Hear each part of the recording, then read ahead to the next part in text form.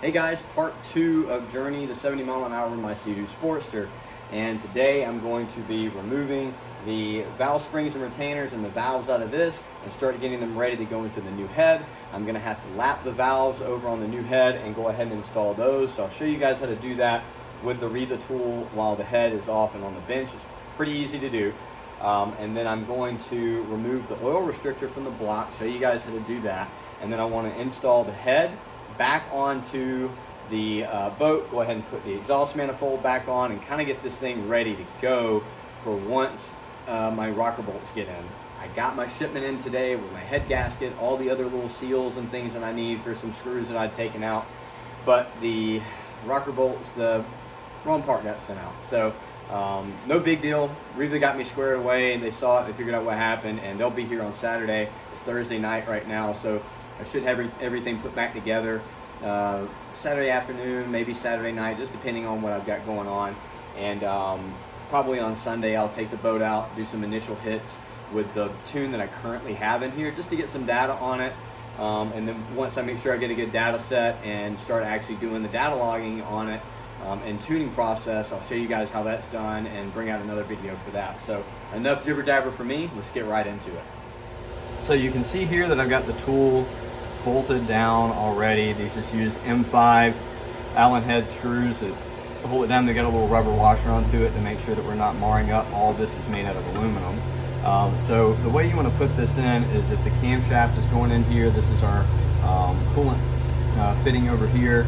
We're going to take and run that red line across on this side. And this tool right here is going to slide in like so. Hard to do this one-handed.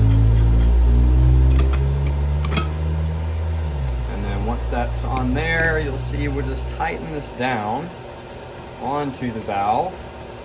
And I'm going to be using tools. Now I will say, Reva specifically says do not use like, you know, a ratchet or anything like, not a ratchet, but don't use an impact gun or something. I'm going to do it, just speeds up the process. And once we tighten that down, I'm going to show you how the valve will push down some, and then show you how to release the retainers, the retaining pins that are on the inside of here, because how this would normally be done is that this would be bolted to the block and we would be running compressed air in here and it would keep the valves pushed up. So when I turn this and push it down, it'll break the seat on this, but it always doesn't always break the seat even still. Sometimes you have to kind of hit it with like an extension and a hammer just to kind of get things loosened up a little bit, and then you can push it down. But since we don't have that luxury of the air pressing it up, we're going to have to take, once that valve presses through, and just take a dead blow and just barely tap it on the back side. So I'm going to show you guys how that's done. Okay, so we're going to go ahead and take our impact here and we're going to get that valve to push out a little bit there. We're going to lift up the head here. You can see our valve is protruding out here. We're just going to take a dead blow and just do that. And both of the retaining pins came out there. So you want to make sure you're doing this on a clean surface and somewhere that they can fall out. And I know some of you are thinking, oh my gosh, he's hitting on it with a hammer here. The amount that it would take to possibly bend one of those things with a dead blow would be extreme. I'm barely touching it. They're not going to bend whatsoever. So you just have to be careful with it. Know what you're doing. Don't hit it from the side. Once you've got that out, we're just going to work it out.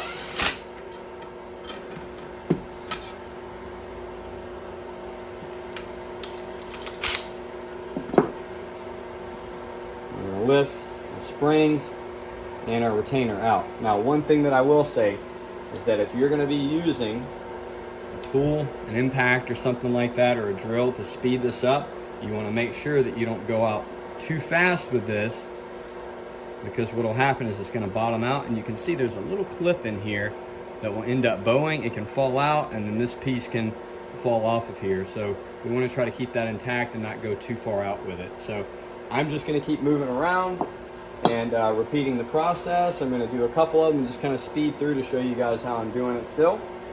So prepare for warp speed.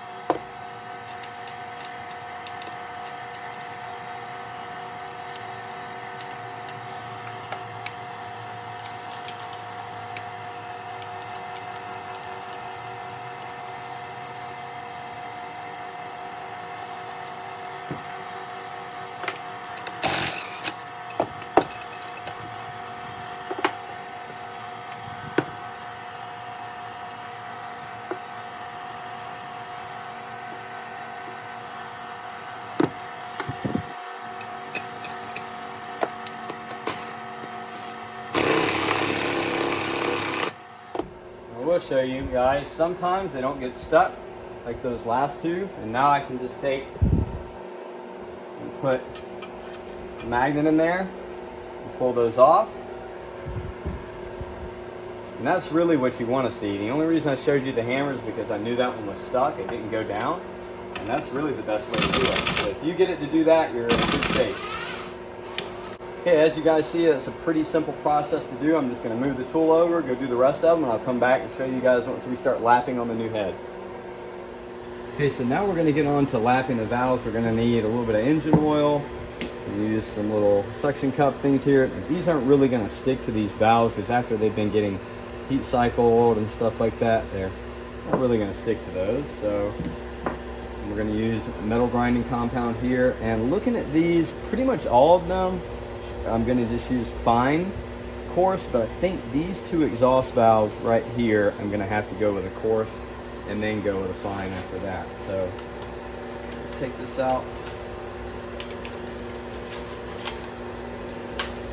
When I take these and put them back over here, I'm going to have these set up as cylinder 1, 2, 3. So I'm just going to keep them in order, and I know when I go to install them, I just drop them in here. They're ready to go, because whichever one you lap to that seat, you've got to use that valve in there. Okay, so we're going to use our fine metal here. And I've already put a little bit of oil on here, and we're just going to take and dab just a little bit.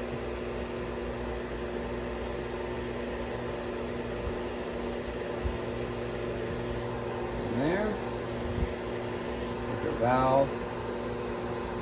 Place it in. And don't force them, just let it fall into place. There we go. Take our suction cup and put on there, and we're going to kind of work this like starting a fire. And you're going to hear it change from kind of a dull sound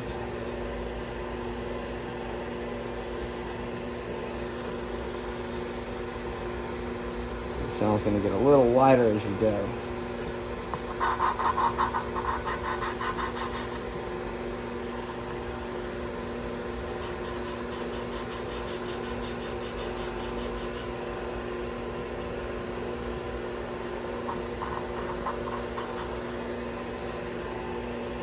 I'm going to have to use the big end for this.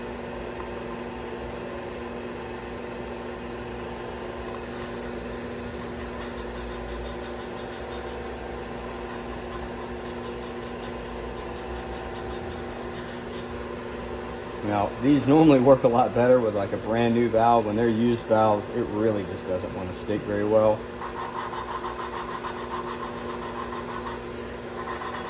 There we go. Might pop off, put it back on.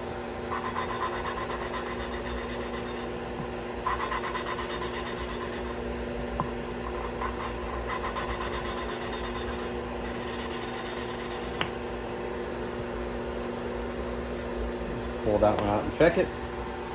Take a clean rag here. Like I said, it doesn't take a whole lot, but you can see on this edge here that it's been grinded down some to seat on there better. And you can see before I did it where it's all smoothed out. So once these start to hit into that, it's going to start to shine back up. But as of right now, we just wanted to get it nice and seated on there. Now we're just going to keep going down every cylinder and repeat the process. Now if you need to mark these to know where they're at, that's fine. I'm not going to need to. I'm going to be able to see them. And like I said, I've got 1, 2, and 3 for the cylinders. And I'm going to finish these up and start getting ready to put them back in the head. Okay, we're back on a different day. I had to take a break, wait for some other parts to get in, so figured I'd wrap it up now. And we're going to go ahead and just start installing the valves. And like I said, I've already had all these lined up. So this is cylinder 1, cylinder 2, cylinder 3. And you can see exhaust, intake valve 1 and 2, 1 and 2 on the exhaust valve. So just going to take the valves individually, put a little bit of oil on the stem. Drop them in. We're going to repeat the process on all these, then flip the head over and start putting the springs and retainers back on.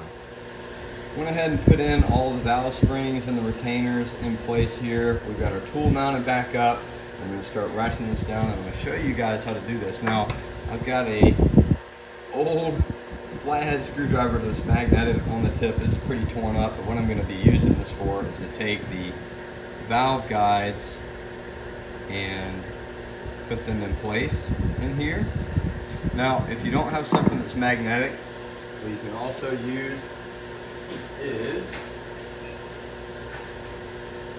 a little bit of triple guard grease. You can put that onto like a little rag, like over here.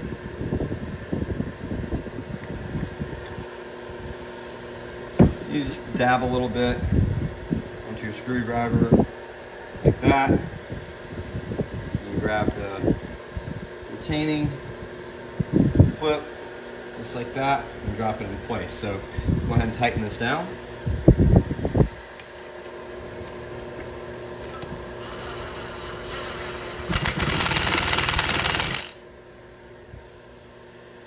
See that the valve stomach is exposed, and these are aftermarket valves, and they're only going to have a single groove right there. If you have factory valves, they're going to have a double or triple groove. I can't remember what the factory was used on these. It's been a while since I've taken one apart, but let's go ahead and set these in place, and it can get a little bit tricky.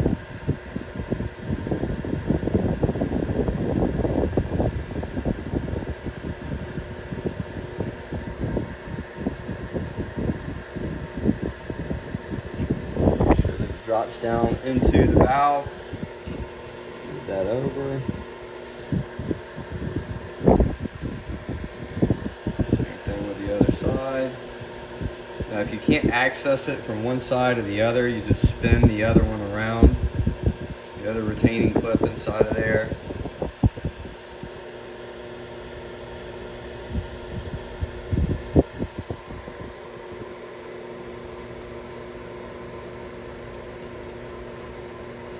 Okay, now once you've got those in, you're going to slowly release this back up to ensure that they're going to sit into there.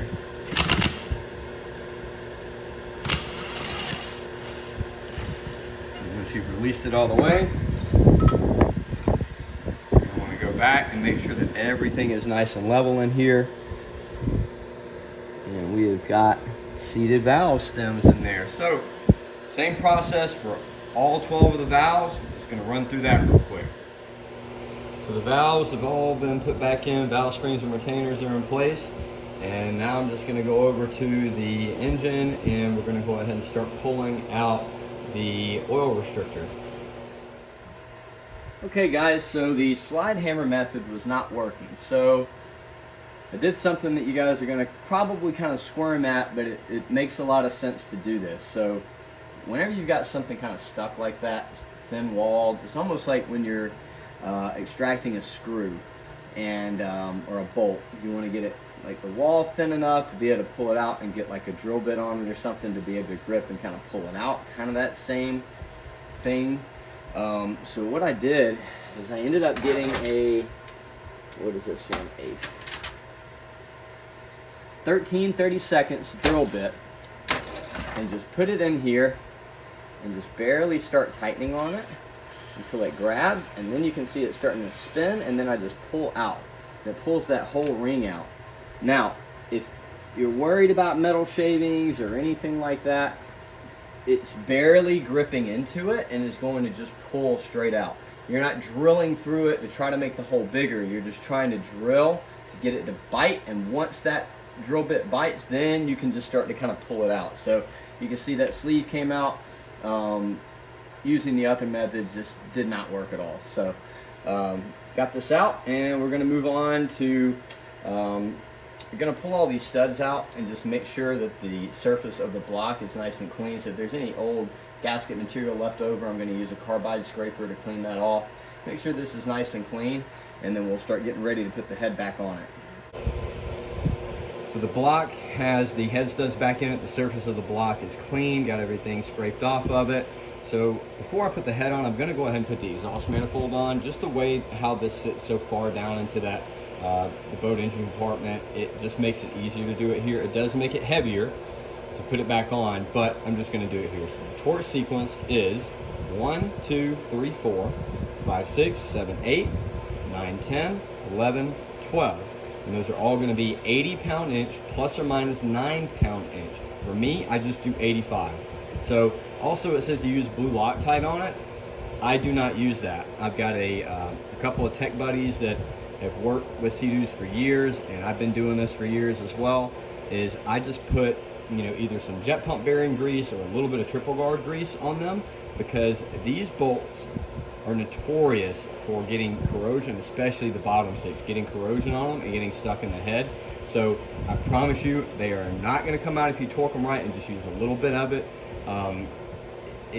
I ran this motor for almost 3 years like that, and they were still perfectly torqued. So don't worry about that. Anything like this, or you know, maybe even the intake manifold, the supercharger especially, anything that has a bolt to where you really can't get to the bottom of it at times, there's anti-corrosion stuff isn't able to get down to it, corrosion will just sit in on it and it'll freeze them up. So I'll go ahead and put the exhaust manifold on real quick. Okay, so I've gone ahead and put the new head gasket on and dropped the head on. It's not very difficult, didn't have to video that. Like, there's a certain way the head gasket goes on. It can only go on one way, and the head can only go on one way. So now if you've got you're using the factory head bolts on this, then what you would do is you would just run the head bolts into it and torque those in this sequence from 1, 2, 3, 4, 5, 6, 7, 8, and then 9, 10 to 40 foot-pounds.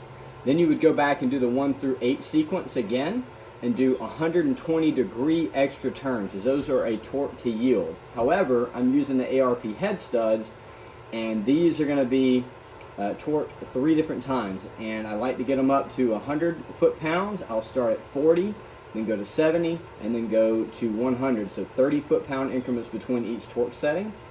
And one of the things that you use on ARP hardware for the studs is we're going to use like this kind of black grease here. You're just going to take and put a little bit of it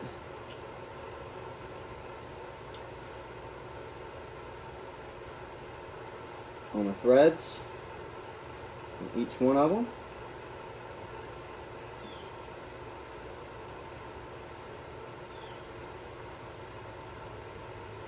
You don't have to put a crazy amount. You're just going to go around, put that on each one of them. Once you get done with that, then we're going to put the nuts and the washers on.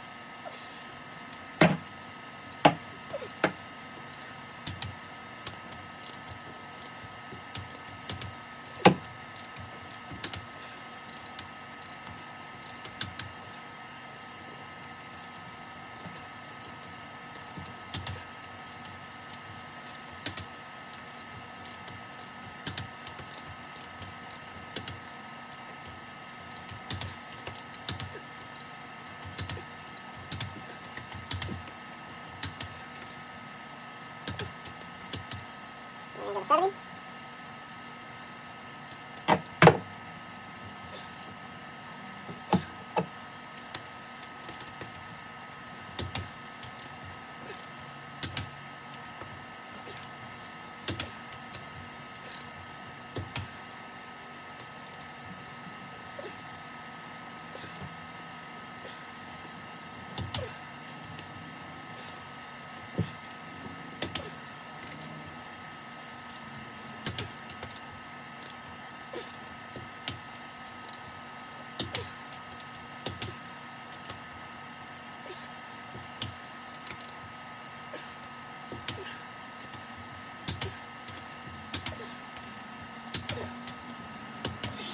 I'm going to climb inside here, do the last step at 100.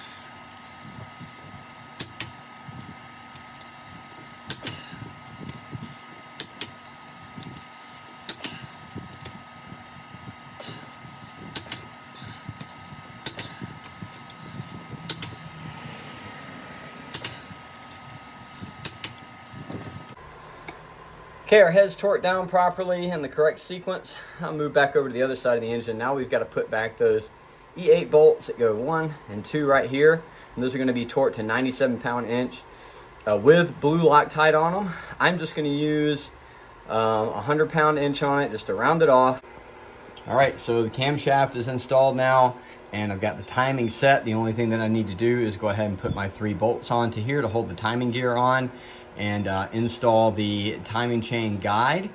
And I'm going to also put in the cam chain tensioner here and take out both of my timing tools here and just wait on the rocker bolts to get here before I install the rockers. If you guys want to see how to set the timing and everything on here, I've got a full install video on how to install the camshaft.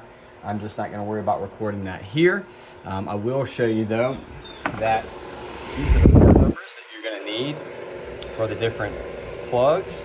So this is the larger one that holds the cam chain tensioner in, and that part number for the new gasket ring is 420430624. Is it 100% necessary to put a new one on here every time? No. Should you? Yeah. I mean, you know, these are pretty thin. They're made out of aluminum. They get torqued to 160 pound-inch, so they do get kind of compressed a little bit. And the last thing you want to do is have one of these two leaking oil, and you got to pull the intake manifold off and everything. So the one for the crankshaft lock plug is 420250016. Again, while I'm waiting on parts, I'm going to go ahead and start buttoning up everything. And we're going to put all the intake manifold bolts on. So the torque sequence for that is 1, 2, 3, 4, 5, 6, 7. You can see them over here. 6 and 7 right there. And those are all going to be torqued to 97 pound-inch. Again, I just bring it up to 100. So we'll put that on. Go ahead and start connecting the ECU back up, all of our sensors and everything, and put our fuel rail back on. And then we're just waiting on the rocker bolts to be able to put those on. Okay, so we're at the final steps of getting the head put back together completely, and I just went ahead and put the rockers in and set the bolts in here. And the torque spec for these is going to be 1, 2, 3, 4, 5, 6. That's the torque sequence. And the specs in the manual say to go to 15 foot-pounds and then plus 90 degrees. So you're going to need to have a digital torque wrench that can read that extra 90 degrees out for you.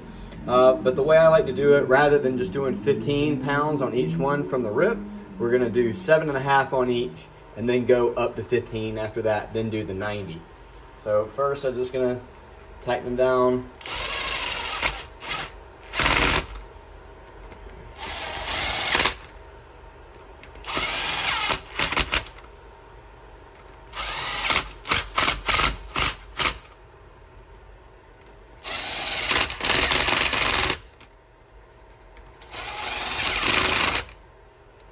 You can see these start to kind of kick up.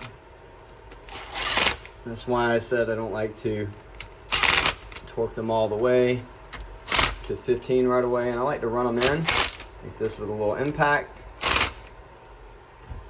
Torque wrench.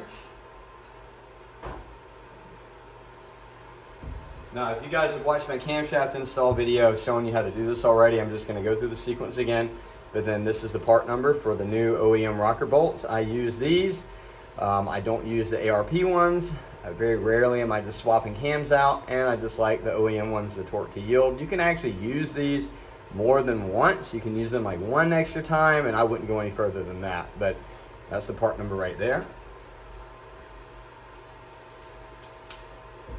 Just gonna run through 7.5 foot-pounds first.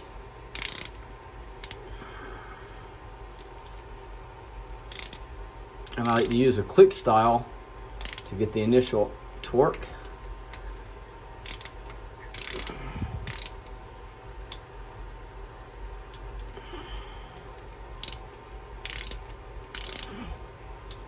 You can see how much these are loosening up as I'm tightening down from the center, working my way out.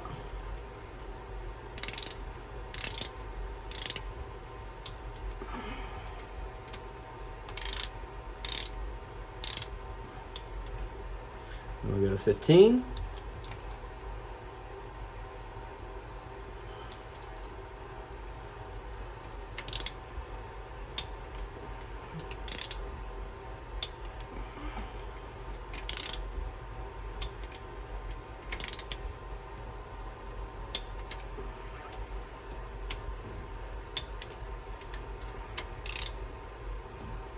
And go through it one more time.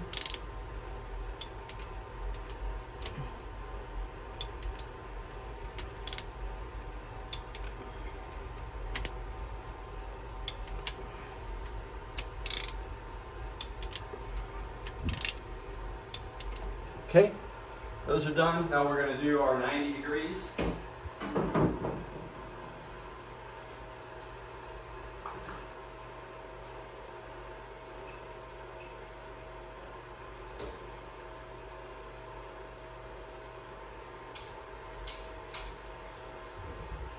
And this, you're going to see why having a digital torque wrench is good once I get over to the other bolts.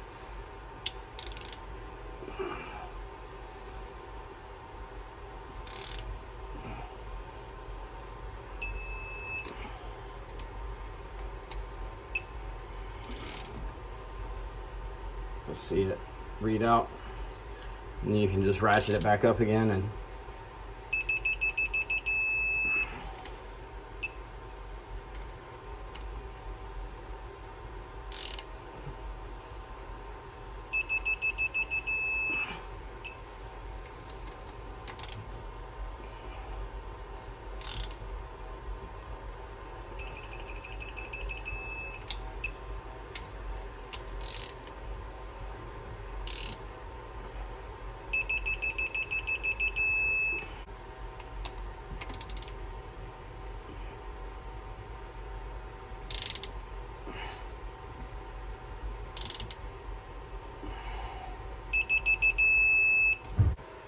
And now that we're done torquing down the rockers, we're going to put our spark plug tubes back in.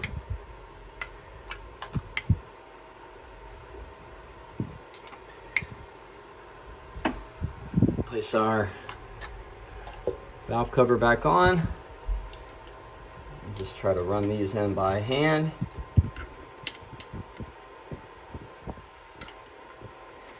And then if memory serves me correctly, the torque sequence for these is 1, 2, 3, 4, 5, 6, 7, 8. And I typically do those around like 90 pound-inch. I think the manual says maybe 80 plus or 9, or plus or minus 9. I just do 90. I can't really remember, and I don't have it right in front of me, but 90 is more than enough for this. So 1, 2, 3, 4, or actually it's 1, 2, 3, 4, 5, 6, 7, 8. Now we're just going to install our spark plugs, the coil packs, and put our little decorative cover back on. Also want to make sure that we put our vent hose back on as well over here. Tighten that back down, or if you have the OEM Oetiker clamp, then you can just tighten that down with your Oetiker clamp tool. Once I get all this stuff put back together, I'm going to go ahead and throw the jet pump on, and then show you guys how to put the coolant in and properly get this up to a heat cycle without having to put it into the water, and get the all the air out of the coolant lines and everything, so when you put it on the water it's ready to go. And yeah, let's get to it. Jet pump's back in, everything's put back together, and the way that we're going to want to do this is we're going to have to fill the coolant on the inside of the boat. And I'm just going to use this is what I use, the DexCool compatible antifreeze and coolant from O'Reilly's, ready to use stuff. I get 2 gallons of it. I've been using this stuff for years in this and never had a problem with it. No signs of it gelling or doing anything like that people claim that they'll do if you don't use OEM. So it's been working very good for that. So we'll pour it in from the bottle, and once we start to hear it go through the bucket and it's not sputtering anymore, that means it's getting some of the air out. I'm going to put the bolt back into it, tighten it up, and then keep pouring it up until the reservoir is full. Turn on the motor and get it to heat cycle. I have a hose splitter that I'll show you guys here in a second of how I'm able to run water into the exhaust system, into the intercooler, and then spray water onto the carbon seal from underneath the boat to ensure that I keep the carbon seal cool and allow the engine to be able to get up to operating temperature, the thermostat open, and then we clear out all the air out of the system.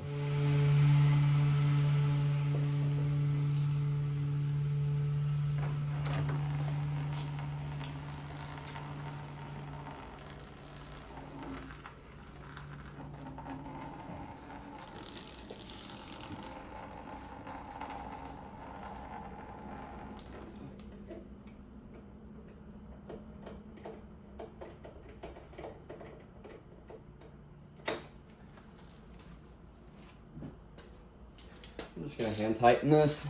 I don't have the torque spec on hand, but it's just a little 5mm bolt. Doesn't take a whole lot with a crush washer on it. Now I just keep filling it up from the inside. Okay, so this is the little contraption I've got made up. Just bought this at like Harbor Freight, I think. It's just a splitter. I've got a short one that goes over here to flush out the engine, and then I've got another end here that I just shove into the intake grate and onto the drive shaft and up forward, and then we'll spray the carbon seal, keep it nice and cool while we're running it and getting it up to the heat cycle. So when this is heating up, you're going to need to just periodically check the bottle. It really shouldn't take any more than about 5 to 6 minutes to get the engine up to operating temperature and open up the thermostat. And just get up there, the bottle should start gurgling and air coming out of it, and let it keep going until it bleeds out. And then turn everything off, fill up the cap, fill up the bottle, and then put the cap back on. When you take it out for the first time on the water, I would suggest taking a small bottle of coolant with you, just in case it does start to burp out even more. And you just fill it up. The only times I've ever had to do that, I didn't have to put more than maybe about 16 ounces in it. So take like a 32-ounce bottle of coolant in it on the water the first time you take it out, you'll be good to go. Okay, so that completes the head install. Coolant is put in. Got as much air out of the system as I could. I am, like I said, going to take a small bottle of coolant with me on the water, about a quart, just in case it starts to drop down. I can add more into it, and that makes sure that all the air is out of the system. You guys saw how I used that hose splitter. I ran it for probably about 6 or 7 minutes and got most of the air out of it like that.